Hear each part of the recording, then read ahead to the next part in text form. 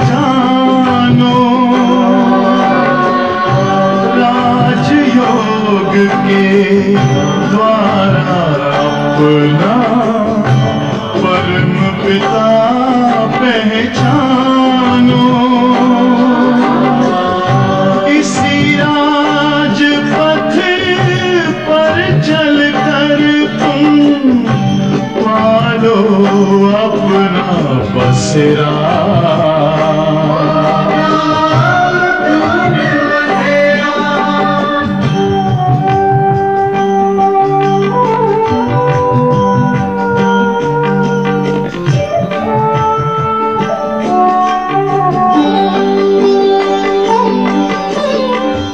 तुम हो आत्मा तन से न्यारे, परमात्मा को प्यारे। दिव्य गुणों को धारण करके योगी बनो दुलारे। ज्योति बिंदु ही तोड़ेगा ये माया मोह का घेरा।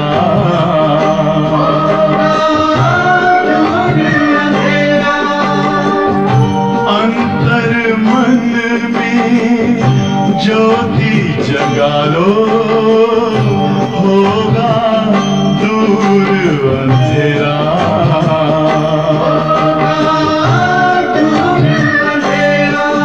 ओम शांति, ओम शांति, ओम शांति।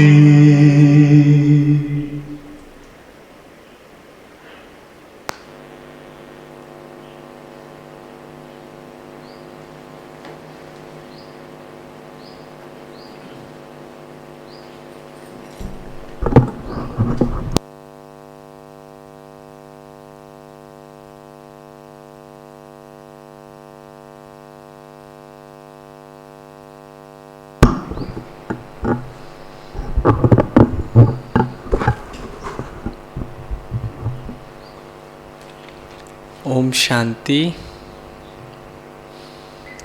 पिछले 2-3 दिन से बाबा हमें एक एक करके हर सब्जेक्ट की इम्पोर्टेंस बता रहे हैं। पहले बाबा ने पढ़ाई के ऊपर बताया, फिर उसके अगले दिन योग के ऊपर बताया, और कल धारणा के ऊपर भी बताया कि कैसे ज्ञान और योग से हमें रूहानी रॉयल्टी हमारे कर्मों में आनी चाहिए। तो धारणा के बारे में बताया कि मन वचन कर्म में कैसे रूहानी रॉयल्टी हो, तो ये धारणा हो गई। फिर बाबा ने कल सेवा का भी बताया कि हर वक्त सेवा में बिजी रहना है, चाहे मनसा से करें, चाहे वाचा से करें, चाहे कर्मणा से करें, लेकिन अपने आप को हर वक्त बिजी रहना है, तो मायाजीत बन जाएंगे। आज उसी के कंटिन्यूशन में बाबा सेवा के बारे में बता रहे हैं कि सेवा करनी है तो क्या नहीं करना है, क्या करना है, कैसे करना है। डिटेल में बाबा ने सेवा का बताया हमें। तो सुनते हैं बाबा के ही महावाक्यों से। आज 17 अक्टूबर 2022 के महावाक्य। बाबा ने कहा, मीठे बच्चे, अपनी उन्नति के लिए पुरुषार्थ करते रहो। अपनी उन्नति के लिए पुरुषार्थ करते रहो। ज्ञान रत्नों का दान कर,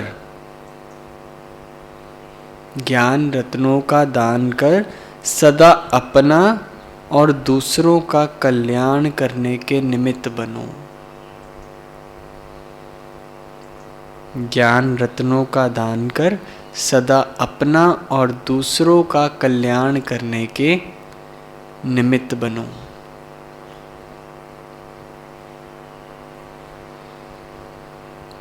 प्रश्न है आज की मुरली से, ईश्वरीय सेवा करने के लिए कौन सा गुण होना जरूरी है?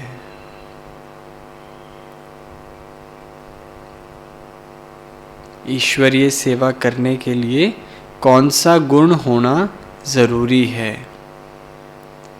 और सेवा करने वाले बच्चों में कौन से ख्याल नहीं होने चाहिए?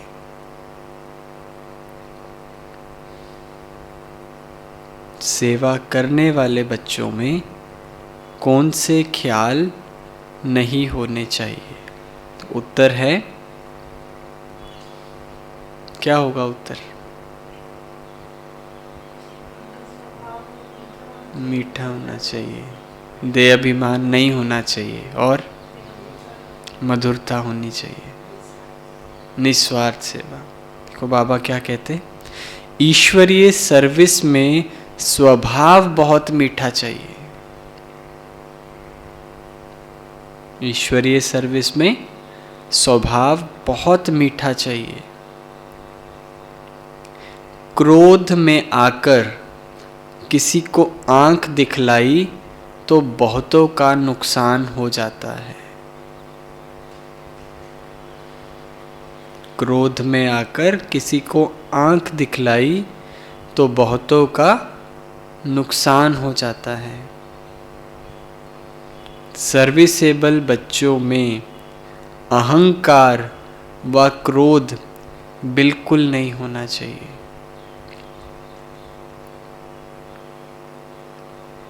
सर्विसेबल बच्चों में अहंकार व क्रोध बिल्कुल नहीं होना चाहिए। यही विकार बहुत विघ्न रूप बनता है।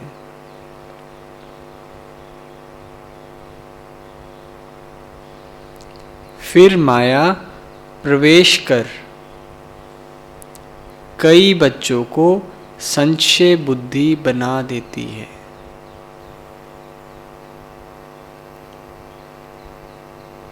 फिर माया प्रवेश कर कई बच्चों को संशय बुद्धि बना देती है।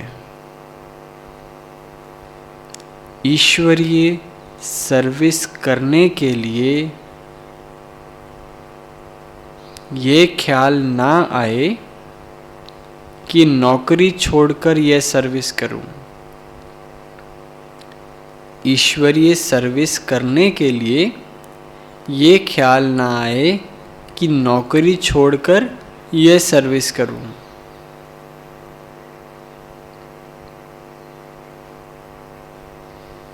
अगर नौकरी छोड़कर फिर यह सर्विस भी ना करे तो बोझ चढ़ेगा। अगर नौकरी छोड़कर फिर यह सर्विस भी ना करे तो बोझ चढ़ेगा।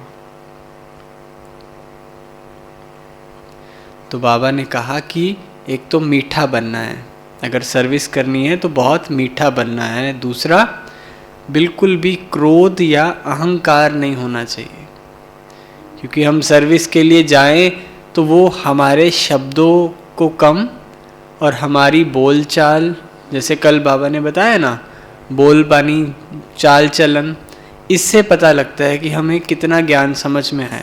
तो वो उसको पहले देखते हैं कि हम किस रीति से बात कर रहे हैं, क्या बोल रहे वो नहीं, किस रीति से बात कर रहे हैं। हम ही कड़वे बोल रहे हैं, आंख दिखा रहे हैं, क्रोध कर रहे हैं, तो वो समझ जाएंगे कि इनका ज्ञान ऐसे ही है, यहाँ कुछ नहीं सिखाया जाता। तो वो प्रैक्टिकल देखना चाहते दुनिया में। थ्योरेटिकल तो सुनाने वाले बहुत हैं, ज्ञान सुनाने वाले बहुत हैं, वो प्रैक्टिकल देखना चाहते हैं।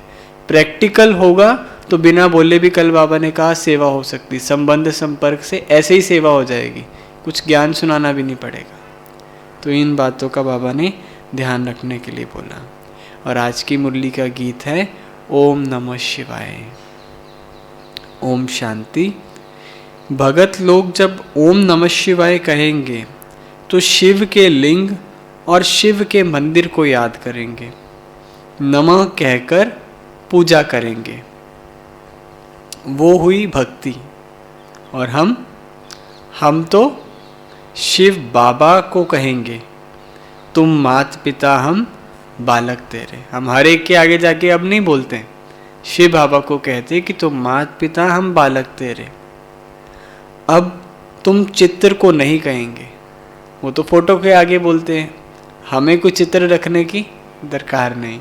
तो बाबा कहते अब तुम चित्र को नहीं कहेंगे, तुम जानते हो वह शिव बाबा हमको पढ़ा रहे हैं, हम प्रैक्टिकल अनुभव कर रहे हैं, उनसे पढ़ाई पढ़ रहे हैं, लेकिन उनके पास तो कुछ नहीं है चित्र के सिवाय, इसलिए वो चित्र के आगे जाकर ही बोलते हैं।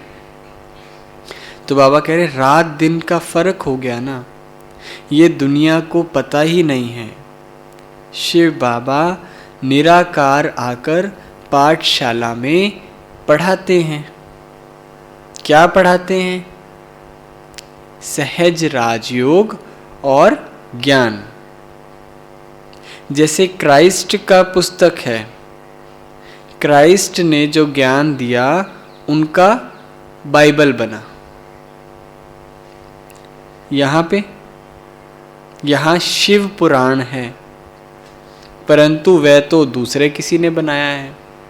अब शिव बाबा के नाम से कोई है तो वो शिव पुराण है, लेकिन वो शिव बाबा ने तो गाया नहीं है, वो तो बाबा कह रहे दूसरों ने बनाया है। वास्तव में सच्चा शिव पुराण है कौन सा?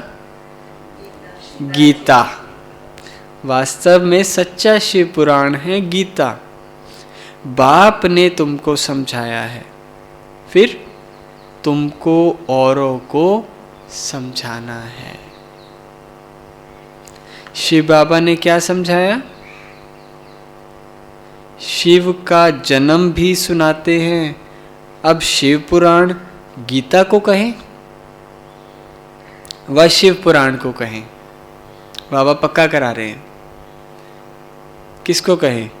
गीता को कहें या शिव पुराण को ही कहें? दो तो हो ना सके।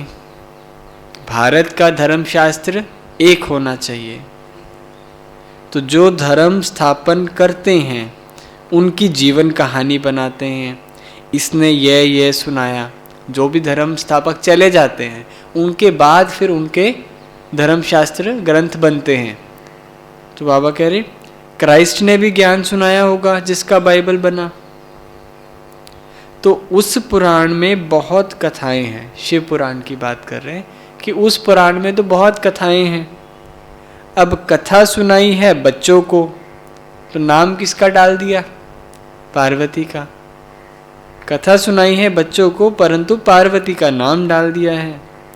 तो उसमें तो दिखाया नहीं कि पवित्रता की प्रतिज्ञा कराई। बाबा शिव पुराण का और गीता का कॉन्ट्रास्ट कर रहे हैं कि अगर शिव पुराण शिव बाबा ने गाया है तो उसमें क्या क्या चीज़ें नहीं है। उसमें नाम पार्वती का है, बच्चों का तो है ही नहीं। उसमें पवित्रता की प्रतिज्ञा तो कराई नहीं शिव पुराण में। मन मनाभव अक्षर शिव पुराण में नहीं होगा। शिव पुराण अलग है, ये है श्रीमद् भगवत गीता। भगवान को एक सिद्ध करना है, उनका नाम शिव है। वह गीता फिर कृष्ण पुराण हो जाती है। वो गीता जो दुनिया में गीता पढ़ते हैं वहाँ तो हर जगह श्री कृष्ण का नाम डाला है, तो वो गीता तो बाबा कहते कृष्ण पुराण हो गई। फिर वास्तव में श्री कृष्ण तो पतित पावन है नहीं। क्यों बाबा समझा रहे हैं, क्यों इतनी क्लैरिटी देते हैं? सतयुग में श्री कृष्ण होते हैं, तो सतयुग में जब कोई पतित ही नहीं है तो श्री कृष्ण पतित पावन कैसे होंगे? शिव पतित पावन है, इसीलिए शिव बाबा कलयुग के अंत में आते हैं, क्योंकि जिस समय सभी पतित होंगे तभी तो आकर वो अपना कर्तव्य करेंगे पतित से पावन बनाने का। कितनी बाबा क्लैरिटी से बता रहे हैं। तो भारत का धर्म शास्त्र है गीता, लेकिन शिव पुराण को तो सब नहीं मानेंगे। अब कहेंगे गीता से देवी देवता धर्म स्थापन हुआ। वह तो शिव ही कर सकता है। श्री कृष्ण भी सांवरे से गोरा बनता है, फर्क बहुत है। बच्चों को समझाया जाता है, जो समझते हैं उनका फर्ज है अलौकिक कार्य करना। खुशी होनी चाहिए, बाबा कहते। अथाह खजाना मिलता है तो दान देना है, ये ऑटोमेटिकली होगा। जिसको अंदर से खुशी होगी, ज्ञान समझ में आ रहा होगा, वो बिना दान किए रह नहीं सकेगा। तो बाबा कहते बाप का परिचय देना बहुत सहज है। भगत भगवान को याद करते हैं कि भगवान आकर फल देते हैं। टीवी में भी यही दिखाते हैं, कितनी तपस्या करते हैं, फिर भगवान प्रकट हो जाते हैं। तो सबके माइंड में ये पिक्चर बैठी हुई है कि भगवान को जब याद करेंगे तो भगवान आकर भक्ति का फल ज़रूर देंगे। लेकिन फल कौन सा देंगे? बाबा कहते जीवन मुक्ति ही देंगे ना। तो सर्व का सद्गति दाता श्री कृष्ण को नहीं कहा जाता, क्योंकि सारे होते ही नहीं सतयुग में। सतयुग में तो बहुत थोड़े से होते हैं। जो सर्व का सद्गति दाता बोलते, तो सर्व तो इसी समय है जब सारी आत्माएं परम धाम से नीचे उतर के आ जाती हैं। तो इस समय तो शिव बाबा ही आकर सद्गति करते हैं। तो परम पिता परमात्मा को कहेंगे, तुम जानते हो परमात्मा निराकार है। श्री कृष्ण को परमात्मा नहीं कह सकते हैं। श्री कृष्ण सभी आत्माओं का बाप नहीं बन सकता।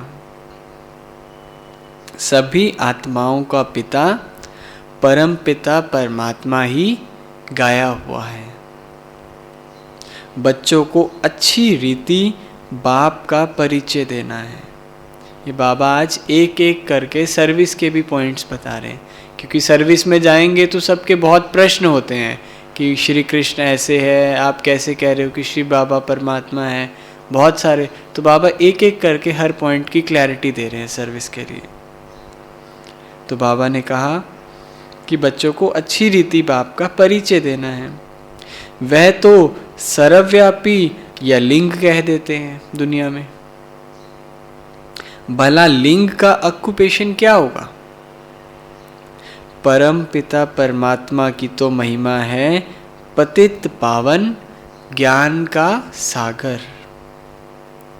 यह पोस्टर बाहर लगा देना चाहिए ना, लिख के इस तरह से बाबा कह रहे बाहर लगा देना चाहिए, कोई भी आए तो पढ़े। और देखो बाबा क्या कह रहे, तुम जाकर राधे कृष्ण व लक्ष्मी नारायण के मंदिर में भी समझाओ। श्री कृष्ण का बाबा ने इतना डिटेल में समझाया, तो उनसे क्वेश्चन पूछ सकते हैं जाके। तो बाबा कह रहे वहाँ भी समझाओ कि हमारा लक्ष्मी नारायण का, बाबा कहते चित्र बहुत अच्छा है, इस पर समझाना चाहिए। क्या फ़र्क है हमारे चित्र में और दुनिया वाले चित्र में? दुनिया में भी लक्ष्मी नारायण का चित्र होता है, बाबा के ज्ञान में भी जो है हमारे यहाँ पे भी चित्र होता है। दोनों में क्या फ़र्क है?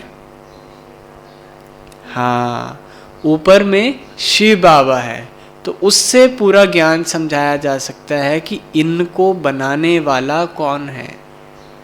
कि लोग तो उनको ही भगवान मान लेते हैं, तो शिव बाबा तो गायब हो जाते बीच में से। इसलिए बाबा कह रहे कि हमारा चित्र भी बहुत अच्छा है, इस पर समझाना चाहिए। लक्ष्मी नारायण के मंदिर वाले अक्सर गीता ज़रूर पढ़ते होंगे, तो अपनी उन्नति के लिए पुरुषार्थ करना है। अगर हम किसी को ज्ञान सुना रहे हैं तो हमारा भी तो ज्ञान पक्का हो रहा है ना, तो अपनी उन्नति भी तो हो रही है। तो इसलिए बाबा कह रहे अपनी उन्नति के लिए पुरुषार्थ करना है। बाप से ऊंच वर्षा पाने का शौक चाहिए। अपना और दूसरों का कल्याण करना है। शिव बाबा तो सभी का कल्याण करने वाला है। बाबा तो है ही है, उनका तो नाम ही शिव है, जिसका अर्थ ही है कल्याणकारी। लेकिन बाबा कह रहे तुमको भी कल्याणकारी बनना है। क्यों बाबा कह रहा है? करने को तो बाबा सब कुछ कर सकता है, हमें क्यों कह रहा है कि शौक होना चाहिए, सर्विस करनी चाहिए, तुमको भी कल्याणकारी बनना है? क्योंकि जो जितना करेगा उतना पाएगा। भाग्य तो हमारा ही बन रहा है ना, जितना हम कर रहे हैं। तो बाबा कहते कि मेरा अकल्याण तो कब होता नहीं है, अकल्याणकारी तो रावण है, ये मनुष्य नहीं जानते। तो तुमको जाकर अब समझाना है। बादल भरकर फिर जाए बरसना है। तो शौक कितना होना चाहिए? अगर दान नहीं करते तो जरूर कहेंगे अपना कल्याण नहीं किया है। अगर दान नहीं करते तो जरूर कहेंगे कि अपना कल्याण नहीं किया है, तब औरों का नहीं कर सकते हैं। बाबा रिजल्ट सुना रहे हैं। फिर अगर दूसरों का कल्याण नहीं किया, इसका मतलब अपना ही नहीं किया, मतलब ज्ञान समझ में ही नहीं आया जो दान नहीं किया। तो सेंटर्स पर भी बाबा कहते बहुत अच्छे अच्छे आते हैं, परंतु औरों का कल्याण करें वह नहीं करते। सुनते हैं फिर धंधे में थक कर घर आए तो खल्लास। यहाँ से मुरली सुनी, गए धंधे पे चले गए, आए थक कर के खल्लास, फिर अगले दिन आए मुरली सुनी, बस यही रूटीन चलती रहती। बाबा कहते दान नहीं देते, बाबा ने बहुत स्ट्रिक्ट वर्ड यूज किए, दान नहीं देते हैं तो वह कोई ब्राह्मण नहीं ठहरे। जो हम बीके का टाइटल लगाते हैं ब्राह्मण, ब्रह्मा कुमार, ब्रह्मा कुमारी, तो बाबा ने बहुत स्ट्रिक्ट शब्दों में कहा कि अगर दान नहीं देते तो वह कोई ब्राह्मण ही नहीं ठहरे। ब्राह्मण जानते हैं कि हमको देवता बनना है, हर एक को अपनी दिल से बात करनी है कि अगर किसको देवता नहीं बनाया तो ब्राह्मण कैसा। दुनिया में भी तो ब्राह्मणों का क्या काम होता है? जाकर के ज्ञान सुनाते हैं, घर घर जाकर के ज्ञान सुनाते, शांति पाठ करते, कथा सुनाते, ज्ञान सुनाते, माना सबको ज्ञान देते हैं। तो बाबा कह रहे यहाँ भी अब वो ज्ञान से कोई देवता तो नहीं बनेंगे, लेकिन इस ज्ञान दान से देवता बनते हैं।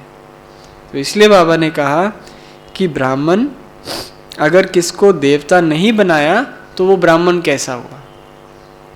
शिव बाबा कहते हैं मैं तो हूँ ही कल्याणकारी, तुमको भी कल्याणकारी बनना है। बाबा कितना उमंग उत्साह दिलाते हैं सेवा करने के लिए, जिससे हमारा ही कल्याण होगा। भल जिनको धारणा नहीं होती उनके लिए स्थूल सर्विस है। देखो यहाँ तक बाबा कहते हैं सेवा के लिए। बाबा ने कल कहा ना कि किसी भी प्रकार की सेवा करो, तो ज्ञान की धारणा नहीं है, नहीं ज्ञान सुनाना आ रहा, अब क्या करेंगे? बाबा कह रहे स्थूल सर्विस तो करो, कर्मना सेवा तो करो, वो तो कर सकते हो, उससे भी भाग्य जमा होगा।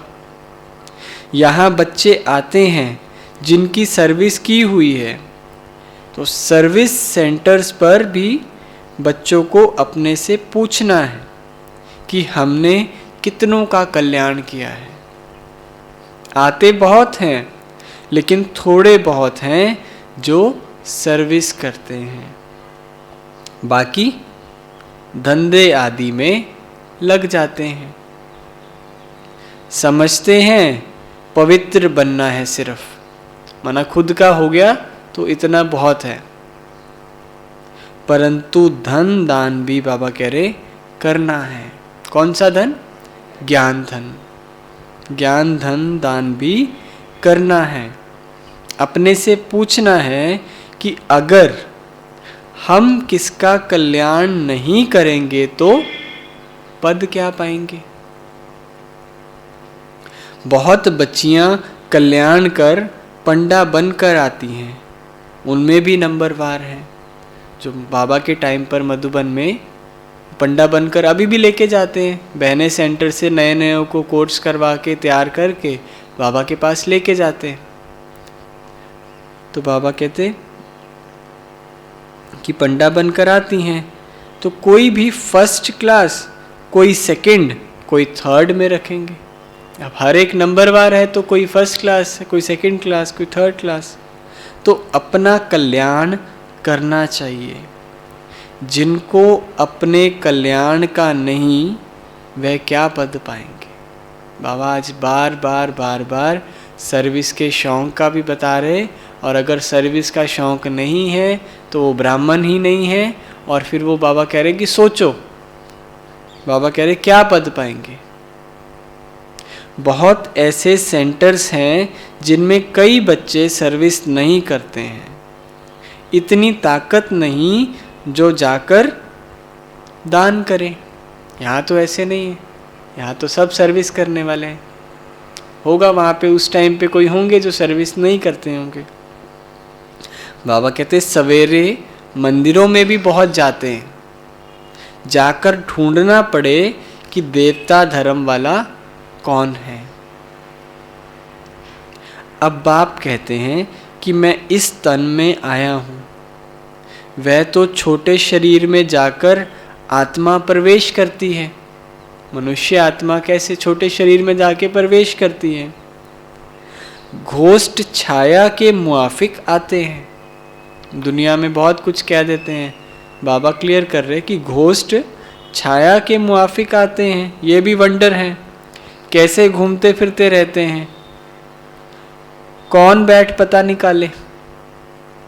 ड्रामा में आत्मा को नाश शरीर ना मिलने के कारण आत्मा भटकती है, छाया रूप ले लेती, माना सूक्ष्म शरीर ले लेती है, जैसे परछाई होती है। घोस्ट की तो परछाई भी नहीं पड़ती है, आया और गुम हो गया। इन बातों में अपने को नहीं जाना है, हमें सिर्फ बाबा की याद में रहना है। तो हमें कोई चीज़ भी तंग नहीं करेगी। अगर हमारे अंदर पवित्रता है तो कोई भी हमें तंग नहीं कर सकता। इसलिए बाबा कहते हैं हमें इन बातों में नहीं जाना है, दरकार ही नहीं है। इस खोज में जाएं तो शिव बाबा भूल जाए।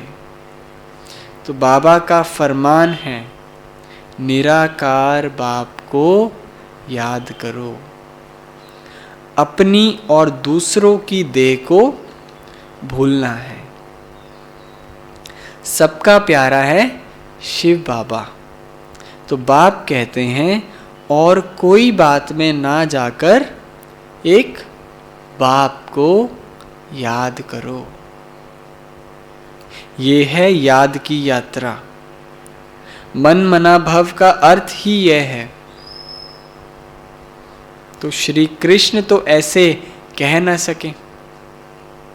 श्री कृष्ण ऐसे कह सकते कि मुझे याद करो, एक मुझे ही याद करो, नहीं, बाप के सिवाय कोई ये नहीं कह सकता। और कुछ दिन पहले बाबा ने कहा ना मुरली में कि मेरे में ही एक ऐसी ताकत है कि मुझे याद करने से विकर्म विनाश होते हैं, और किसी के पास ये ताकत नहीं है। दुनिया की ताकत है बॉम्ब्स बनाना, ये करना वो करना, लेकिन बाबा की ये ताकत है कि बाबा को याद करने से विकर्म विनाश होते हैं, हम पावन बन जाते हैं। तो बाबा कहते कि श्री कृष्ण को गाइड भी नहीं कहेंगे, निराकार ही गाइड बन सभी आत्माओं को ले जाते हैं। कैसे ले जाते हैं? मच्छरों सदृश। क्यों कहते हैं बाबा मच्छरों सदृश? क्योंकि जब अंत में सब जाएंगे तो एक साथ झुंड के झुंड वहाँ पे साथ में जाएंगे। तो आत्माओं का गाइड श्री कृष्ण हो ना सके, उनको तो पुनर्जन्म में आना है। तो बाप का परिचय सबको देना है। भक्तों का भगवान एक है।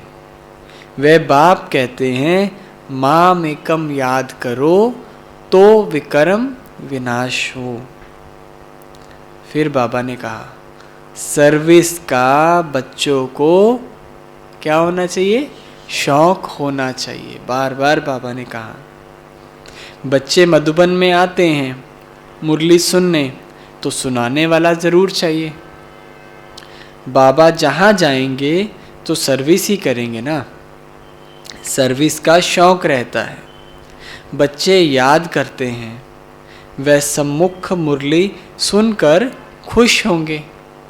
जब मधुबन में जाते तो सम्मुख मुरली सुनकर खुश होंगे। एक पंथ 10 कार्य सिद्ध होते हैं। बड़ी बड़ी सभाओं में बाप नहीं जा सकता। ब्रह्मा बाबा थे उस टाइम पे, या शिव बाबा दादी के तन में आते थे। अब वो थोड़ी बड़ी बड़ी सभाओं में जाके ज्ञान सुनाएंगे। तो बाबा कह रहे फिर कौन जाएगा? वह बच्चों का काम है। बच्चों से सवाल जवाब करेंगे। सन्यासी आदि तो बाप के आगे आएंगे ही नहीं, उनको तो मान चाहिए। बाप का पाठ वंडरफुल है, जो पास्ट हुआ ड्रामा। आगे चलकर बहुत बच्चे मिलने के लिए आएंगे।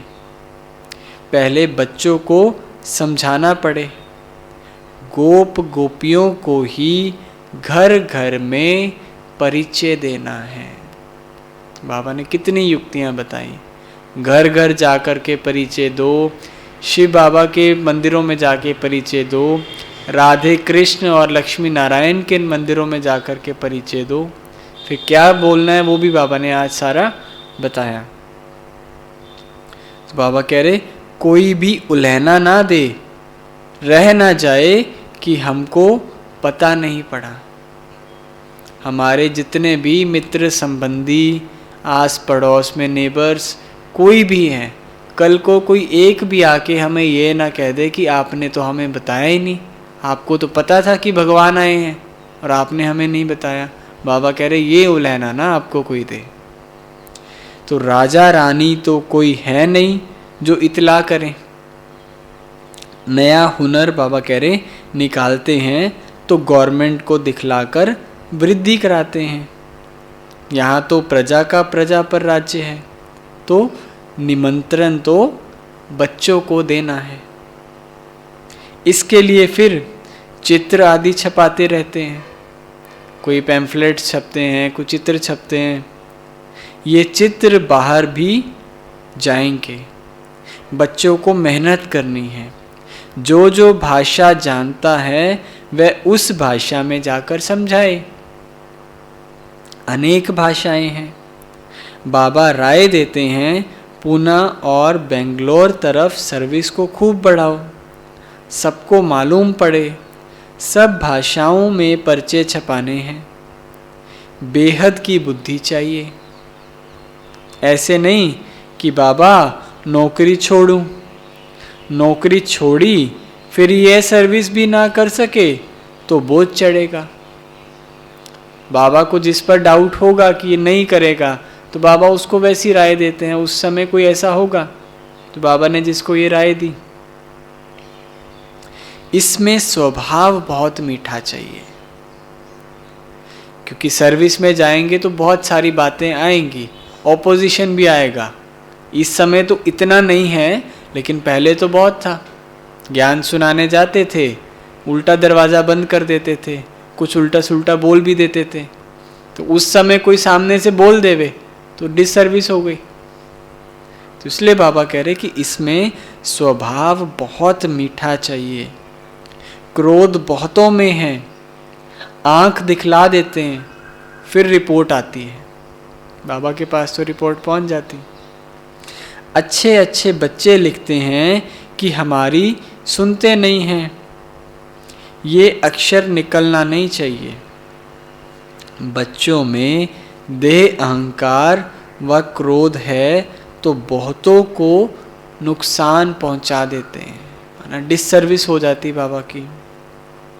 तो बाप को बच्चों का कितना ख्याल रहता है। सब बच्चों पर नज़र रखनी होती है। मम्मा बच्ची थी फिर भी माँ कहलाती थी। माना ये 1965 के बाद की मुरली है। तो बाबा मम्मा की बात कर रहे कि मम्मा बच्ची थी तो माँ कहलाती थी। उनको भी फुरना रहता था। ज्ञान में भी कहाँ माया प्रवेश हो जाती है, फिर कई संशय बुद्धि बन पड़ते हैं। कितने कदम कदम पर विघ्न पड़ते हैं। आज बच्चा है, कल बदल जाता है। विकार पर कितना झगड़ा होता है। बहुत पूछते हैं इस संस्था की ग्लानि क्यों है। शुरू शुरू में काफी अखबारों में पढ़ा। समझते नहीं हैं कि शास्त्रों में श्री कृष्ण की कितनी ग्लानि की है। फलानी को भगाया, ये हुआ, कितना कुछ बोलते हैं। तो बाबा कह रहे श्री कृष्ण तो ऐसे कर ना सके, वो तो सतयुग का नंबर 1 प्रिंस है, वो ऐसे कैसे कर सकते हैं। तो यहां भी भगाने का कलंक लगाते हैं। क्या कहते हैं, अब तो नहीं कहते, पहले क्या कहते थे, घर बार छुड़ाते हैं। क्यों छुड़ाते हैं, वह तो कोई जानते नहीं है। जब तक समझाया जाए क्यों विघ्न पड़ते हैं। मुख्य है काम विकार, जिस पर तुम बच्चे विजय पाते हो। फिर बाबा ने कहा ये वंडरफुल बाप है। ब्रह्मा द्वारा ही ब्राह्मण रचे जाते हैं। पहले पहले तो किसका परिचय देना है, शिव बाबा का परिचय देना है, क्योंकि उनसे ही वर्षा मिलना है। माया ऐसी है जो तकदीर में नहीं है तो भूल जाते हैं। कितना माया के विघ्न पड़ते हैं, धारणा ही नहीं होती है। ये भी विघ्न है ना, माना कई पुरुषार्थ भी करते हैं अपनी तरफ से, ज्ञान योग भी करते हैं, लेकिन बाबा कह रहे फिर भी धारणा नहीं हो पा रही, तो विघ्न है माया के। तो बाबा कह रहे क्यों नहीं इतनी सहज सर्विस कर सकते हैं। भगवान बाप तो वह है, उस अल्फ को याद करो।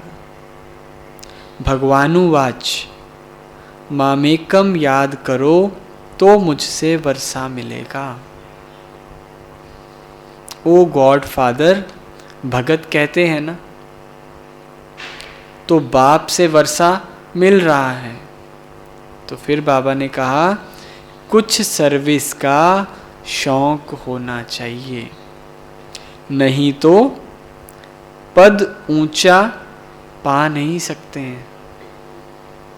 सर्विस तो ढेर है, कई कहते हैं कि सर्विस नहीं है, हमें कोई सेवा दो। बाबा कह रहे पूरी दुनिया में सर्विस ही सर्विस है, कहीं जाओ सर्विस बहुत है। सर्विस तो ढेर है, रोला बहुत है। बाप का नाम भी गुम, नॉलेज भी गुम है, किसी के पास नॉलेज नहीं है दुनिया में, तो पहचान देनी पड़े। हमको बाप का हुक्म मिला है, निमंत्रण देना है, इसमें कोई क्रोध नहीं करेंगे। ये बाबा सुनने वालों की बात करे, जिनको ज्ञान सुनाएंगे, अगर बाप का परिचय देंगे तो कोई क्रोध नहीं करेंगे। पोस्टर्स छपे हैं सर्विस के लिए, रखने के लिए नहीं बने हैं। बाबा कह रहे पोस्टर बने हैं सर्विस करने के लिए, रखने के लिए नहीं बने हैं कि बस दीवारों में अंदर लगा के रखें। जगह जगह जा कर के सर्विस करनी है।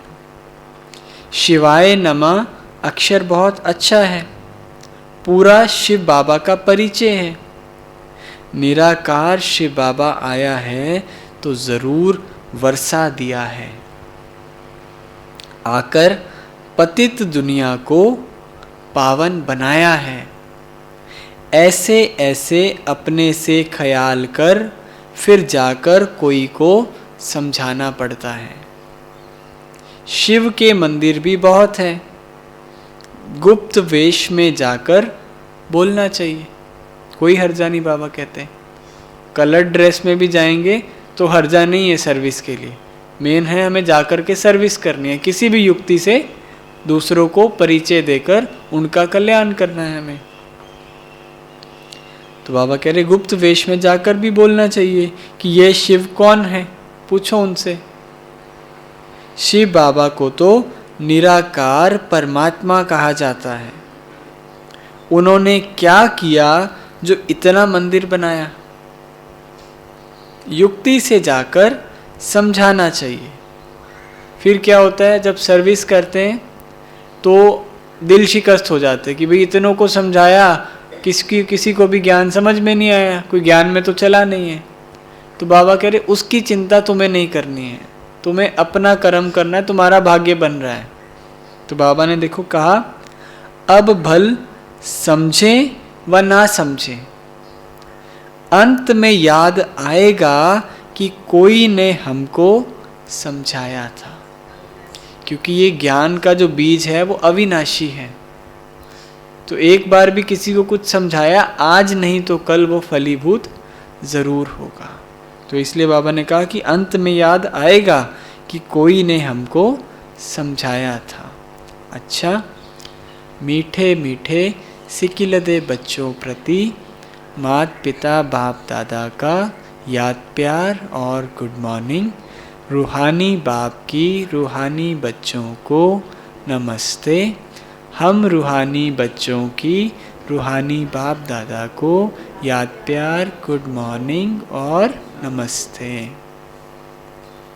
धारणा के लिए मुख्य सार क्या कहा आज बाबा ने?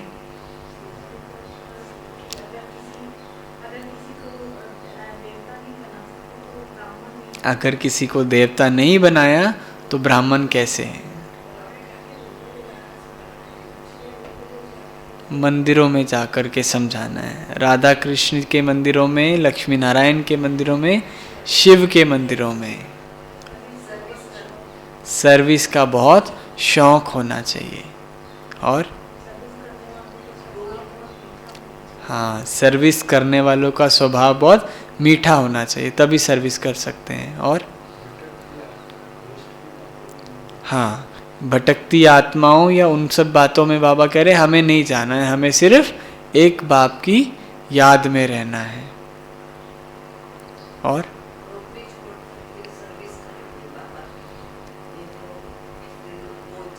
हाँ, अगर नौकरी छोड़कर फिर बाबा की सर्विस भी नहीं करी तो बाबा कह रहे इसका बोझ चढ़ जाएगा।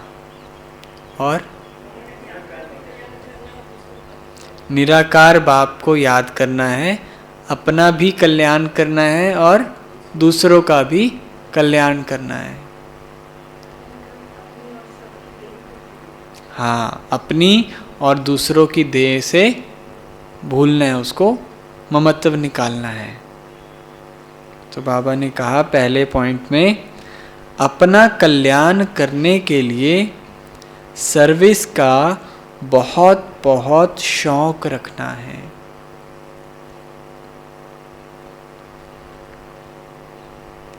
अपना कल्याण करने के लिए सर्विस का बहुत बहुत शौक रखना है। थक कर बैठ नहीं जाना है, मनुष्य को देवता बनाने की सेवा जरूर करनी है। थक कर बैठ नहीं जाना है, मनुष्य को देवता बनाने की सेवा जरूर करनी है। दूसरी पॉइंट, ऐसा कोई कर्म नहीं करना है जो कोई रिपोर्ट निकाले। ऐसा कोई कर्म नहीं करना है जो कोई रिपोर्ट निकाले, या बाबा कह रहे मात पिता को फुरना हो, या मात पिता को फुरना हो। किसी भी हालत में विघ्न रूप नहीं बनना है। किसी भी हालत में विघ्न रूप नहीं बनना है। फिर आज का वरदान है, मर्यादा की लकीर के अंदर सदा छत्र छाया की अनुभूति करने वाले मायाजीत विजयी भव। मर्यादा की लकीर के अंदर सदा छत्र छाया की अनुभूति करने वाले मायाजीत विजयी भव। विस्तार में बाबा ने बताया कि बाबा की याद ही छत्र छाया है। जितना याद में रहते उतना साथ का अनुभव होता है। तो छत्र छाया में रहना अर्थात सदा सेफ रहना। जो संकल्प से भी छत्र छाया से बाहर निकलते हैं उन पर माया का वार होता है। माना अगर हर समय बाबा की याद है हमें, तो माना छत्र छाया है, तो माया बाबा कह रहे वार नहीं कर सकेगी। तो संकल्प से भी अगर छत्र छाया से बाहर निकलते तो उन पर माया का वार होता है। छत्र छाया के नीचे मर्यादा की लकीर के अंदर रहने से कोई की हिम्मत नहीं अंदर आने की। सारा खेल संकल्पों का है। संकल्पों में भी अगर हम छत्र छाया से बाहर हैं, माना व्यर्थ बातों में हैं, तो माया आएगी आएगी। तो उसका एक ही साधन बाबा ने बताया, बाबा की याद। तो बाबा कह रहे लेकिन यदि लकीर से बाहर निकले तो माया क्या है? माया है ही क्या होगी? होशियार। माया है ही होशियार, इसलिए साथ के अनुभव से माया जीत बनो। फिर स्लोगन है, अशरीरी बनने का अभ्यास ही समाप्ति के समय को समीप लाने का आधार है। अशरीरी बनने का अभ्यास ही समाप्ति के समय को समीप लाने का आधार है। अच्छा, ओम शांति। आज का स्वमान, मैं मायाजीत विजयी आत्मा हूँ। उसके लिए सारा दिन बाबा की छत्र छाया में रहना है, तो ये अनुभव करेंगे। और आज का चिंतन क्या करेंगे? आज सारी मुरली किस पे चली? सेवा पर। तो सेवा की ही हमें युक्तियाँ निकालनी है। हम जहाँ रहते हैं, जिस एरिया में रहते हैं, जिन परिस्थितियों में रहते हैं, परिवार वाले सपोर्ट करते हैं, ज्ञान में नहीं करते, जो भी हमारे सरकमस्टांसिस हैं, उन सरकमस्टांसिस में हम किन किन विधियों से सेवा कर सकते हैं, वो युक्तियाँ हमें निकालनी हैं, ताकि फिर जो बाबा ने कहा है उसको प्रैक्टिकल में हमें करके दिखाना है। तो सेवा की युक्तियाँ निकाल, सेवा के प्लान बनाने हैं, ताकि आगे आने वाले समय में हम जब जब हमें समय, जितना भी समय मिले, हम वो सेवा कर पाए। अच्छा, ओम शांति।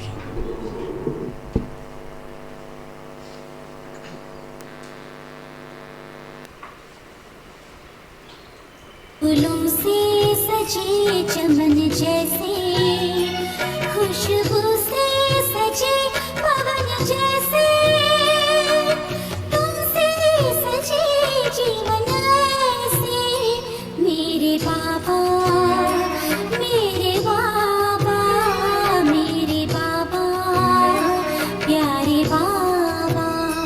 तारों से सजे गगन जैसे, फूलों से सजे चमन जैसे,